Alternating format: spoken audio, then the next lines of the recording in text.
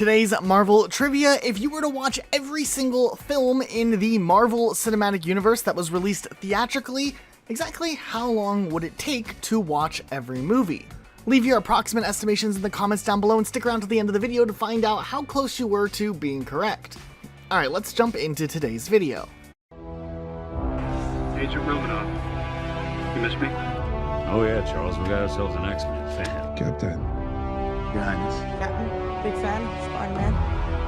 Hey everyone. Hey guys, and welcome to 𝗪𝗏𝗃𝗀𝗃𝗀, your number one source for all things films and movies. And with Spider-Man No Way Home finally getting the trailer and finally getting closer and closer to release, fans are incredibly excited to see what could be going on in this movie and what ends up happening with this film that could explore the larger multiverse within Spider-Man. As we already know, Dr. Octopus made his appearance in the trailer, meaning that in one way or another, the multiverse is officially cracked wide open and the possibilities really are endless. Now, fans have been speculating for a long time as to what could possibly happen in this film, and there's been talks of potentially previous Spider-Man appearing in this film, like Tobey Maguire and Andrew Garfield. And while none of that has been officially confirmed yet, just rumors and leaks, a lot of fans do wonder if rumors like this are true, and other rumors that have been floating around for a long time, such as the possibility of the Sinister Six appearing in the film as well, and then other rumors suggesting that other Marvel characters might be popping up in the movie too, such as the Scarlet Witch alongside Doctor Strange, and there's even been rumors that we may even be seeing Daredevil finally pop up in a theatrical release for the first time. So with a long list of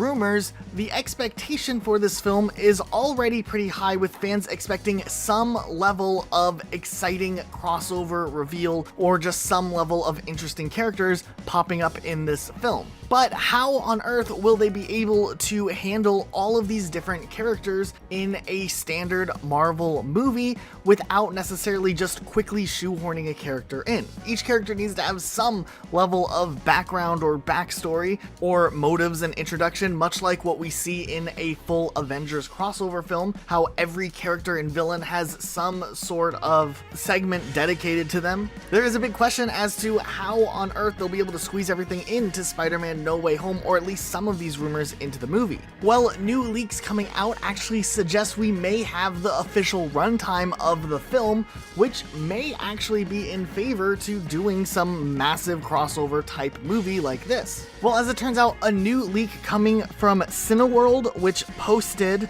the expected runtime of Spider-Man No Way Home, has sparked off a ton of different conversations online as to what could be going on in this film. Cineworld posted alongside Spider-Man No Way Home the listing for the movie with a runtime of 150 minutes, putting this film at around 2.5 hours, which when we compare this to other Spider-Man films is significantly longer, as Spider-Man Homecoming was 2 hours 13 minutes and Spider-Man Far From Home was only 2 hours and 9 minutes. And in the grand scheme of the Marvel Cinematic Universe, this actually would end up being one of the longest films in all of the MCU. Which, if the number is accurate and that this is exactly a 2 hour 30-minute film, it would beat out Avengers Infinity War by 1 minute, with only Avengers Endgame actually being longer than Spider-Man No Way Home. Now, of course, never has there been a solo character movie or a non-Avengers movie to clock in as this long, but with a long list of rumors and speculation and expectations to how big in scale this movie might actually be, it kind of has the same excitement and hype of that of an Avengers level movie. So there definitely is some justification for why this film could potentially be this long. Now, we don't have 100% confirmation just yet that Cineworld is reporting the exact times of the movie in their listing. This could be a very odd choice of a placeholder time to use until the official time comes in. But if it was just a placeholder, it is odd that they would be picking such an exaggerated and long time for their placeholder, which is something that they typically haven't done in the past. Matter of fact, Shang-Chi and the Legend of the Ten Rings was used with a placeholder of 132 minutes before being updated to 130 minutes. So with just a 2-minute discrepancy, it's very unlikely that we will see Spider-Man No Way Home be drastically cut down in time if this is following the patterns from the past films. Now, of course, there is some evidence suggesting that possibly some of these big crossovers that fans have been speculating, rumoring, and just discussing for a long time could actually turn out to be true in the upcoming film. For instance, long before the first trailer, there were a ton of rumors of Alfred Molina appearing in the upcoming film. Zendaya even let it slip that she had met Alfred Molina, which would obviously suggest that they were in a movie together. And sure enough, that was the big reveal in Spider-Man No Way Home, besides all of the rumors that had followed Benedict Cumberbatch appearing in Doctor Strange, which was actually mostly officially confirmed already ahead of time. As far as the rumors as to whether or not we will see the Scarlet Witch in the movie, it's interesting. Elizabeth Olsen did confirm that she will be reprising her role in the upcoming Doctor Strange in the Multiverse of Madness, and when asked about Spider-Man directly, she, without confirming anything, did allude to the probability that her character might show up just because of the connection to Doctor Strange directly. Then, when it comes to other possible characters that may show up in this film, the trailer itself did have a few little hints and nods within the movie that potentially could build up this multiverse theory of things like the Sinister Six popping up. Besides little hints to Sandman, Electro, who, mind you, Jamie Foxx had accidentally posted an image on Instagram which he had to remove saying he was going to be in the movie months and months ago, and little sound effects like Green Goblin or things suggesting the Lizard will be in this movie means that at the very least that the likelihood of seeing the Sinister Six pop up in this movie could potentially be very likely. Then there's the other things like the possibility of Matt Murdock or Daredevil appearing, and there were a lot of rumors for a while suggesting that Peter Parker would be in legal trouble in the film and Matt Murdock may show up. Though he wouldn't necessarily be in suit playing Daredevil, we would still at least see the character played by Charlie Cox and be confirmed that this character is still in fact a part of the Marvel Cinematic Universe, which those rumors potentially could also end up being true, as in this trailer that we finally saw, it does reveal that Peter Parker could be running into some legal problems, and who better to possibly play his lawyer, though this one still has a big question mark around it. And then the biggest ones that fans have been wanting to know about for the longest time is whether or not there actually will be other Spider-Man in this movie, specifically Tobey Maguire and Andrew Garfield.